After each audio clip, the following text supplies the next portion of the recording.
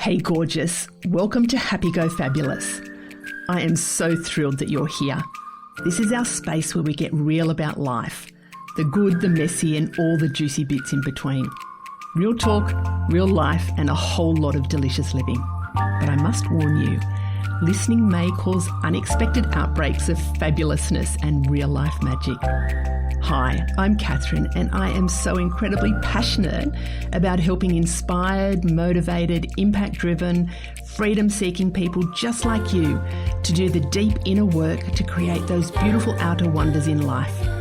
It's all about revolutionising your relationship with yourself, where you fall madly, deeply in love with who you are and create a life so fabulous you can't wait to jump out of bed every morning to live it.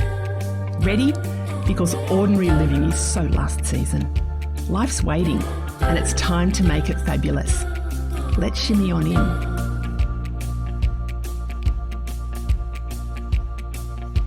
Hey gorgeous, how are you? Oh my gosh, how am I feeling? I'm feeling nervous, apprehensive and overwhelmed. just to capture a few of the emotions that I'm feeling. This is the first part. This podcast, I'm not exactly sure how it's going to go, but I feel called to capture this real time for you. So I'm unfiltered. I wasn't planning on recording a podcast this morning, so I'm very, very unfiltered. And my content will be really, really unfiltered, which it always is anyway. So today, tomorrow, and probably the next day, I'm anticipating are going to be really, really big days. And I'm intrigued as to what will happen on the back of these really, really big days. So guess what I'm going to do?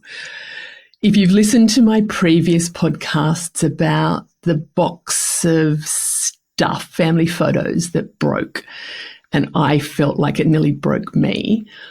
Well, today is the start of a rebuild, and it's about, so just backtracking a little bit, we've moved into this gorgeous new property. When we put our house on the market in Canberra, we put stuff in storage because we hadn't organised a new house and where we were going to go, and we put the stuff away thinking maybe we might need this. And there were things that we wanted to get out of the house so it wouldn't look too cluttered when it was on the market. So we put them into storage, and then we moved here almost 10 months ago, and it's kind of been in storage there. And it's been in a shipping container.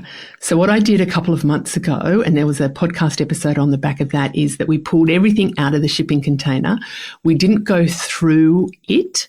We put it into the garage, and then we needed to put shelves into the shipping container. And the next process is, this is what's going to happen now, is to go through those boxes. And this is major, major, major decluttering, organising, because the things that we're going to go through, they either will go, if we don't need them and if they're not for donating, there'll be a rubbish pile. There will be a donating pile. There might be a selling pile, but I predict that it will mainly be donating pile. Then the stuff that goes back into the shipping container is what we're using now. It's not like, oh, we might need this for one day, or I'm not sure what to do with it. It's like, I'm sure what to do with it. So there is a process, and I've just been on a couple of calls with some friends today talking about it, because I feel, you can hear it in my voice, It's a big deal for me. It's a big deal physically because there's lots of stuff to sort through. It's a big deal emotionally.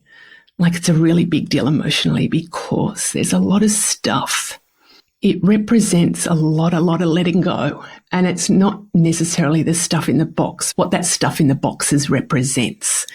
And it's a lot of healing. There's going to be, I hope there's a lot of healing out of this, because there's a lot of apprehension. And we've still got stuff of Dad's from when he passed away. It's just like, I don't know what to do with that. There's the family heirlooms. There's the family photos at the box that broke. before.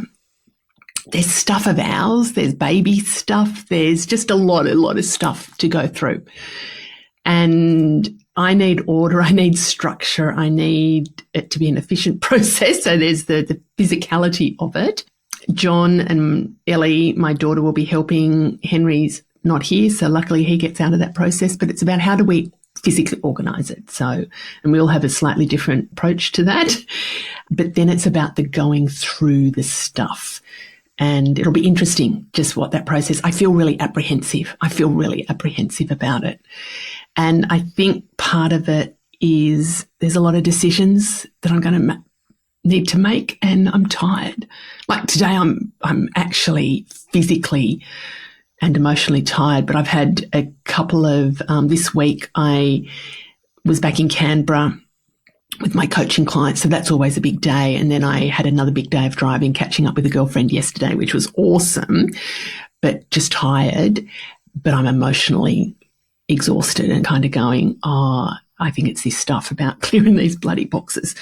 So there's a lot of letting go, a lot of letting go. And as I've mentioned on previous podcast episodes, so 2025 is a 9-year, and that's all about bringing cycles to completion. So this is a big, bringing this going through the stuff is a big cycle for me, but it's what it represents. I think there's a lot of ancestral healing that will happen, and it's about what do I choose to do from here, if that makes sense. And there's a couple of different analogies that come to mind, and this will give you insight into how my mind works. Like it's way too visual.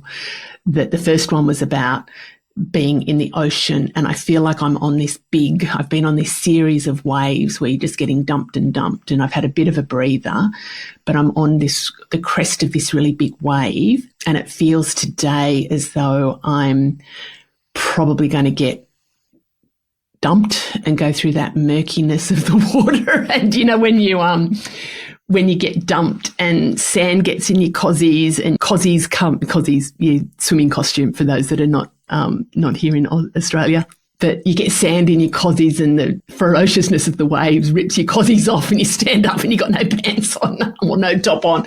Your cozie top's kind of got all skew-iff and your buzzies are hanging out and stuff like that. It feels like that could happen. And I feel like, you know, that dumper that today probably isn't going to be the bit where I come up and I'm just feeling calm, or it might be, I don't know. So I'm capturing the before, and then I'll come back and I'll record some more once I've actually been through the boxes. So that's one of the analogies. And another analogy came forward about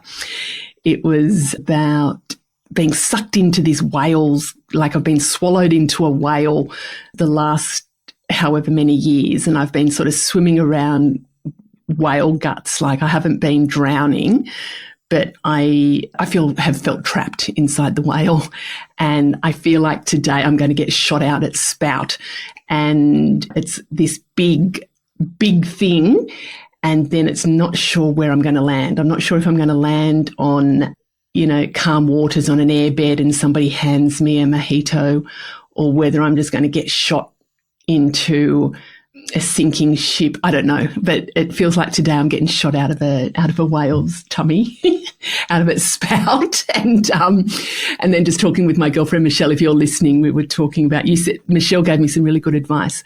She said, when you're going into this, make sure you get your cozies out of your butt first. So make sure you protect yourself, you're prepared. So being emotionally prepared for it. But she was also talking about, it's like that I'm at this crossroads. I'm at an interchange point, like the railroads, that you know, when a train's coming along the tracks and then there's an interchange that it can go down one way or another way, that I'm at the interchange, and I can either continue to keep, you know, chugging along, or I can choose to do things differently. And even though this feels very overwhelming for me and I just want to click my fingers and for it all to be done, I know that this process is going to be really powerful for me in not just my healing, but more of the ancestral healing, that there's some decisions that I'm making will help others in the family lineage to heal as well. And that I'm letting go of the custodians of some of the things that I've got in those boxes. And it's about the decisions I make with them. What do I do? Are my kids going to want a lot of that family stuff? Probably not. It's more the memories. And so it's the decisions that I make around this. And, what am I passing on and who am I passing that on to? So it's not just the physical stuff, but it's what do I want my legacy to be? And it feels big. It feels really big. And it feels big. And I know some of you will be listening to this and going, what the fuck? Like, it's just some boxes. It's not just some boxes. You'll be with my husband. He's just going, what the fuck? Like, no, he won't. He'll be very kind. No, he won't. He'll be, what the fuck? They're just boxes. But some of you will be going, I don't get it. I don't get why you're making this into such a big deal, but it's what those things in the boxes represent. And it's this, I'm in a cycle of letting go. I'm in a cycle of renewal. I'm in a cycle of rebirth and all the things about, the moves and the decisions that I've made in life. At this point, it's like I'm at that junction, that interchange, and what's next. And part of me is, I don't know I don't know. I don't have a clear direction of what that journey is next. I have a sense, but I talk a lot about, if you're feeling lost, here are some things to help you get unstuck or to get back on track and to find clarity. I'm going through that right now. And it can be overwhelming, but we'll see what the second part of this is. We'll see what how I land out of that whale's tummy, or if I get dumped, or if my cozie goes up my butt, or if it, is full of sand and gets ripped off me. We'll see. I'll come back and definitely report on that. And the other, I guess what I just want to share now, when I was talking with Michelle, that she said, gird your loins. I'm like, what does that mean? And she said, when ancient, I don't know if she was talking about Romans or not, but ancient warriors were going into battle, they would pull up their tunics and tuck them into their undies but they protect their private bits, their loins, the bits where they're vulnerable. And she said, just, prepare yourself for, battle in inverted commas. That sounds maybe a bit dramatic for what I'm going through. Whereas whale's tummy and being dumped in the ocean doesn't sound dramatic, but it's about, out of fighting can come victory. So it's the whole process. So this might seem, some of you will be just going, Catherine, what are you even going on about? A lot of you I know will get it. I know a lot of you will get it, and you'll be just going, oh, good luck, girlfriend. So I'm capturing it today. It is now 12:13 as I record this. I'm scheduled with the family at 12:30 to go out and enter that container and start girding my loins and getting my cozies. I said to Michelle that maybe instead of wearing bikini in and getting dumped, I'll go and put a full suit. Is that what you call it? A full piece on. So prepare myself. But anyway, the intentions for this part of the process are that it will go smoothly, it will go seamlessly, and it will be easeful. It's an intentional process of me going through the boxes, but also what do I want to keep physically, emotionally, mentally, spiritually? What do I want to release and let go of physically, emotionally, mentally, spiritually? And to be able to let go with love and ease. So let's see. Let's see how that goes, because I do feel it is affecting me physically. I feel you can hear it in my voice, that I've got some asthma-y symptoms, breathing, like I can't breathe. So we'll see how they get relieved. Okay, see you on the other side. Love you. So I am back again. This is not quite 24 hours, but it's the day after the day before. So this is part two. And oh my goodness, I feel like a completely different person. It feels like I feel a million times lighter and motivated, like super, super, super motivated. Here's how it went down. I started the unpacking and full of that dread. Like, you know how, yes, the part one I was sharing with you the before, there was dread. There was a whole lot of emotions. It was this heaviness. And I set my intentions about that the process would happen with ease and grace, and it would be really seamless. So I went out. So all the boxes were in, that we'd taken them out of the container, we'd put them in the garage. So I haven't been able to put my car in the garage for the last little while. And I just thought, I'm going to take them out and I'll put some order. It's interesting. I really like order and structure, so I can be flexible within that. But I do like order. And I think since I've been moved into this new place, we've did that initial unpack and that felt really good. And then there's just been this lingering stuff, and we just haven't had the energy to get around to, we've done bits gradually, but the big part, we haven't had the energy to do it. And we sort of just shoved it all into the garage, and there was no order to it. And it was just like, that's okay, because I knew the process was that we would end up getting it out and then putting it back into the container. So when I got it out of the garage, out of the shed, I put it into piles of like stuff. So all of our camping stuff together, all of the beach stuff, the kids stuff, John's stuff, my stuff, household stuff. And when I started doing that, that John and Ellie weren't home yet. They were due to be home, but they got home a little bit later than they had said. And I was kind of getting a little bit of in my head about that, going, well, this is a big deal for me, but obviously it's not for them.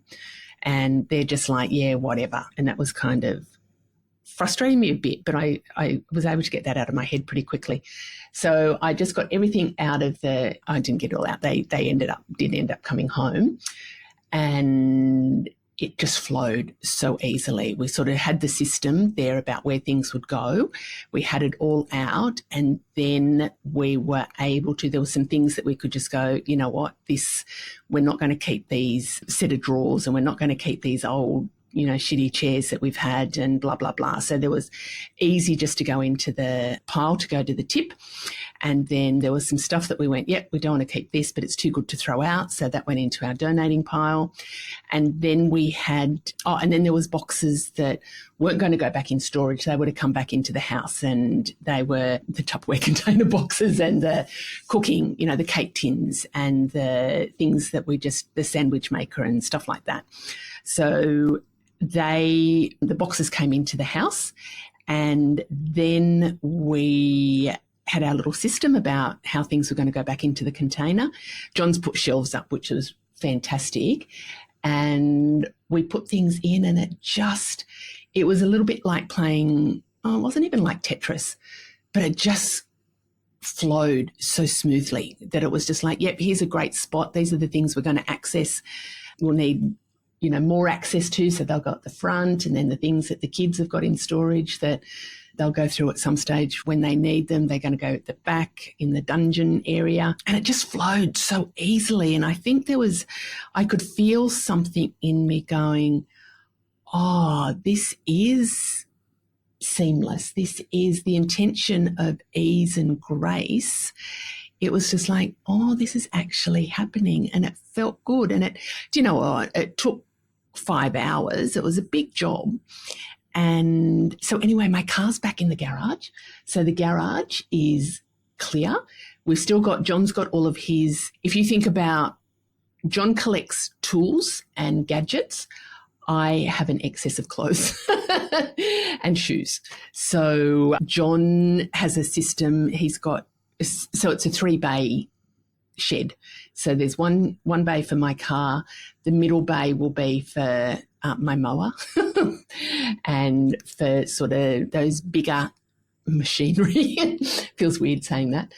And then there's another bay, which is John's workshop.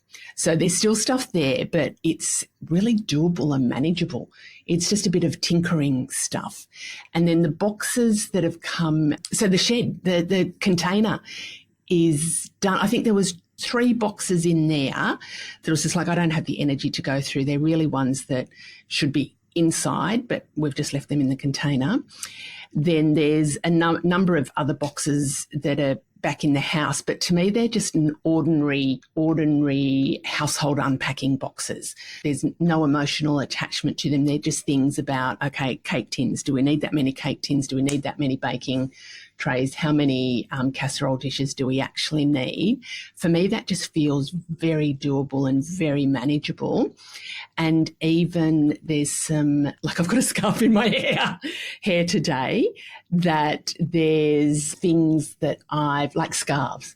You know, really, do I need that many scarves? This one's kind of cute. This is a navy and white spotted little head scarf. And while I'm growing my hair out, that's fun to do. So there's stuff, and we still need to find some space for stuff. And there's a ton of books that, oh my gosh, so many books, but we've got no bookshelves here. So we'll be doing another IKEA run. But the emotions, I think the build up to it, and this isn't like, oh, it's one day and it's all a bit hard. This is years of emotional build up. I can't even put a word on that. I was going to say trauma. It's not, it's just emotional stuff that, you know, when Dad passed away, that was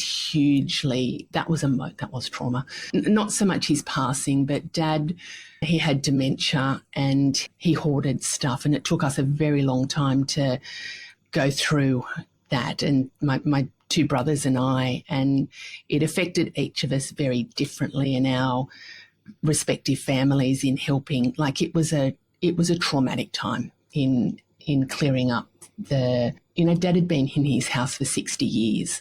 And after Mum passed away, he had Mum's stuff that was from her mum. And then when his Mum and Dad were both only children. And so he had stuff from his Mum and Dad. And there was a lot of family. I think a friend of mine who's a decluttering expert was saying it's about that heirloom. It wasn't clutter, but the heirloom stuff. That, you know, what do you do with that? So that was tricky. We kept that because I was just like, I'm not ready to part with it, but I don't know what to do with it. And, you know, I'd like to keep all those teacups. You know, if I'm running events and retreats here, those cute teacups from my grandmothers and my mother and stuff, it's like they would be cute to have, but really, am I going to use them? I don't know. So there was a lot of stuff there that we inherited. We have our own stuff as well. Then when John's mum passed away, we had some of her stuff, but we managed it differently. And, you know, is it boy versus girl, being, you know, son versus daughter, and thinking about passing things on. John only kept a few things from his mum that were really sentimental, and from his dad. His dad passed away before we got married, and he kept some things there. So he's very much about, I'll just have a couple of things and that's all I need, which is good. That was good. And then after the move, you know, we put stuff in storage, not knowing where we were going to be living, and there was a lot of stuff there. And I must admit, my office, I don't feel settled in the office. There's not storage here, and I've just got stuff in my office. So that'll be my next thing that I'll need to tackle. But that, to me, that doesn't feel emotional. That feels very exciting about how do I want to set up. Like at the moment, you know, I've got a nice setup, but it's not very practical. I've got a lot of stuff on the floor that you can't see. So it's not very practical. But once I got in and started doing the moving, I sort of made that decision that yesterday would be that next big part in the process, and it did go seamlessly, and it happened with ease and grace. And it felt like the emotions, maybe me even chatting about it yesterday, but I felt like it was time. It was ready for me to do that. And the heaviness has oh my gosh, I feel like crying now, but not crying from overwhelm and heaviness, crying, I've got tears for every occasion, but crying for the release, for, yesterday, it was yesterday, but part one of this episode when I was talking about that, about to be dumped in the waves and is your cozie going to get ripped off? Do you know what it felt like, or it feels like now, that it was you're anticipating this big wave that's going to come and dump you, but it didn't end up being the big wave. It was actually, sure, there was a bit of turmoil, but you get up and you go, oh my God, my cozie is in, it's on. Like my buzzies are in my, it's not up my butt or anything. It hasn't been ripped off me. It was just like, yep, it was a gentle dumping, if that makes sense. And even when I mentioned about that feeling I was in these whale guts, that I was trapped. And yesterday, so part one, when I was describing this, there was a whole ickiness around it, but it feels like I have been shot out through the whale spout, but it was a very cleansing. It's like it was a very cleansing and gentle expulsion and that I landed just really gracefully. And I'm reflecting even from yesterday, and it'll be interesting when I listen back to this, just the differences. I can feel it. I can absolutely feel it. I don't know if you can hear it. I'd be interested to get your feedback on listening to this. But the heaviness has gone and it's been replaced with that really lightness. And I find it really, really hard to even tap into the emotions that I was feeling yesterday. And that's a very cool sign that when I do a lot of my coaching practices, and there's different techniques that I use, and one of them is about the recoding of, it's releasing the limiting beliefs, the negative emotions, and it's doing some recoding around that. And one of the little test points is getting people to see whether they can tap into the way that they used to feel. And if they can't, that's a very cool sign. And if they do, it's just like, okay, we need to do a little bit more recoding around that. I feel that it's I can't tap into that ickiness that I was feeling yesterday. Like, I know consciously I was feeling it, but I can't feel it in my body. In my body, that has been replaced with, I actually feel very motivated to go through the rest of the boxes. And I have not felt that. I don't think I've ever, knowing in the whole move and knowing in the whole lead up, I have had a very negative association with what those boxes mean. Whereas today I feel very motivated to go through the rest of them, to do the rest of the cleansing, the releasing, and the letting go. I feel very motivated to do that, whereas there's been a whole lot of resistance leading up to it. So that is super cool. There was something else I was going to say, and that's gone completely out of... Oh, and the reason that I do the podcasts, some of the topics might seem a bit random to you, but I do a lot of them that are reflective of what's going on for me in life at the moment. And yesterday was a big one. So I'm glad I captured that, because it'll be interesting to go back and reflect on the differences. Actually, I probably won't, because I don't want to go back and dig up the stuff that I was feeling. I want to really just move forward from where I am now. But I guess my key reflections are that, if you are feeling something heavy and resisting, what is it that's the resistance for you?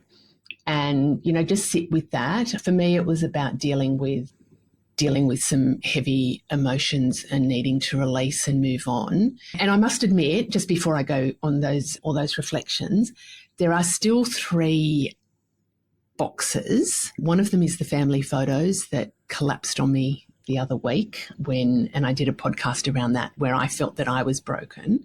I still have that box of photographs, and I think there's 2 other boxes of family heirloom type things. Like now I'm talking stuff about, I'm not talking about things that I've kept some heirlooms, absolutely. But these are things that I don't feel that there's a place for, and I'm not ready to make the decision about it. And I got that really good advice from my friend Michelle yesterday when we were talking, that she said, don't feel that you need to make a decision about everything. And those 3 boxes, I'm not quite ready to make a decision, but I don't feel that heavy feeling. It's just like, okay, in the next, I want to get through the boxes in the house so I can get that cleared up. And I do have that order and structure back. And then it's about, I feel that I can make those decisions around it. Whereas before, when I would think about those boxes, I was so overwhelmed, and I could feel it in my body, just the overwhelm. So getting back to reflections is the heaviness. It's about, recognizing what that is for you and why you're feeling that, and, what do you need to do around that, and then get in and do it in manageable chunks. I've definitely chunked this down. I just did not have the energy to do this all at once. I just did not have that energy. So we did it into sort of bite-sized chunks that we could manage. And then I got some wins. I feel, Michelle and I were talking about, the girding your loins, protecting the bits that are vulnerable. And it's about, feeling like that going into battle and victory. Yesterday didn't feel like a battle. It felt like a task that was time for me to do.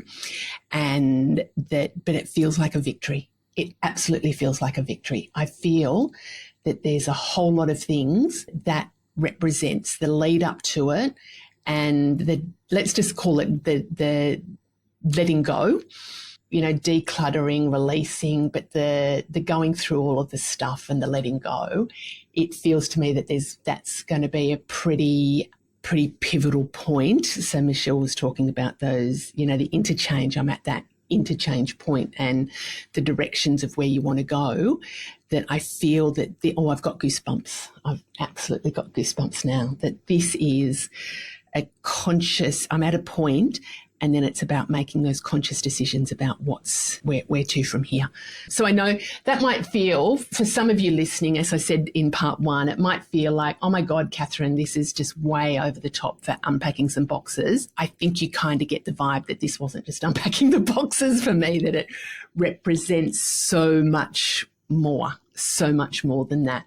And I feel really proud that I've been able to work through some big stuff, and I feel really excited as to what might unfold from this.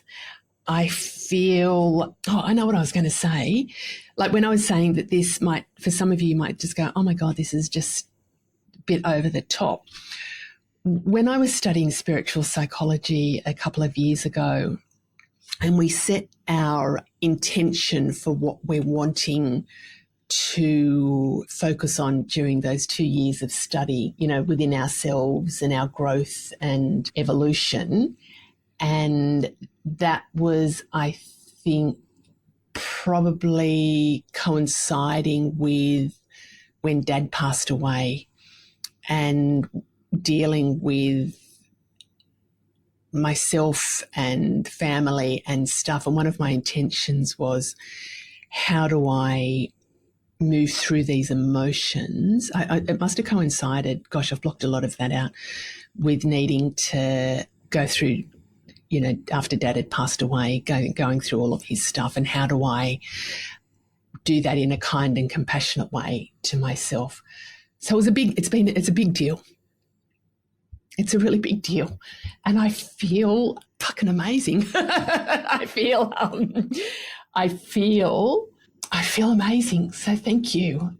Gosh, anyway, I think I'll leave it there. There's some other stuff that'll probably pop into my head, but good news is I landed well. My cozies didn't get whipped off me in the analogy. You know that I do view life in metaphors sometimes, and I feel that I'm floating in some very calm waters and feel very excited about what's coming from this. So thank you, and let's see where the next episode takes us. Love and hugs to you. Bye. Actually, before I sign off, I just wanted to mention, if you want some help going through your own versions of letting go, releasing, and what you want to call in, get in touch with me. I've opened up a few spots I'm calling them soul activation sessions. They're 90 minutes of time where I devote to you, and I help you in what area of life that you want some assistance with, whether that is about the letting go or the ending cycles, bringing things to completion, so you can work out what it is you want next. A lot of the soul activation sessions are around getting clarity, and they're around releasing what's been getting in the way. And I do that through, strategy, through guidance, through different processes that I can use with you. There's intuitive guidance, there's the strategic guidance that I use. So each session is tailored specifically to you, and they're 90 minutes. They're short and sharp. We can get in, we can deal with a whole lot of stuff within that time. In person, if you're down this way at Bingy, or online, a lot of the sessions I do online. And that we can do that together. So the soul activation sessions, just send me a message or follow me on socials. And I'm just taking, applications for those. I only open up a few spots each month.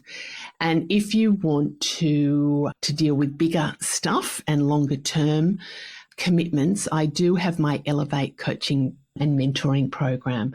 So they're 3 and 6 month containers where, again, it's focused specifically for you and the areas that you're wanting to work in. A lot of the really diving deep into where you're at in life, helping you to get clarity about where you want to be, and then about helping you to set that direction to be able to achieve what it is that you want to achieve. So that's the Elevate coaching program. And if you go to the Work With Me page on my website, it'll have the Elevate. For the soul activation sessions, I've got some different one-on-one sessions there you can choose from. But what I find is we kind of amalgamate those. So if you're interested, reach out, DM me, email me through my socials. I would love to help you. You can see how much that I'm going through personally. Like, I've got tools and strategies to be able to do that. And sometimes I will go to others to help me as well. I go to my team. But if you're wanting someone to help you, I'd love to do that, even if you want to have a chat and see how we can work together. Okay. Love to you. Bye. Thanks for tuning in to Happy Go Fabulous. I hope you loved it. If you did, could I ask a big favour? Please subscribe, leave a review, and most importantly, share the love and let your besties know about the podcast. This will help get it into the hearts and ears of all the gorgeous souls who need a little bit of fabulous in their life. If you'd like some more high vibe happiness in your life, come and visit me on my Happiness Hive socials, and make sure you've signed up to my newsletter, your weekly drop of juicy goodness. Pop over to my Happiness Hive website and click on the link Working with Catherine. I'd love to help you make life amazing. Until next time, keep being fabulous.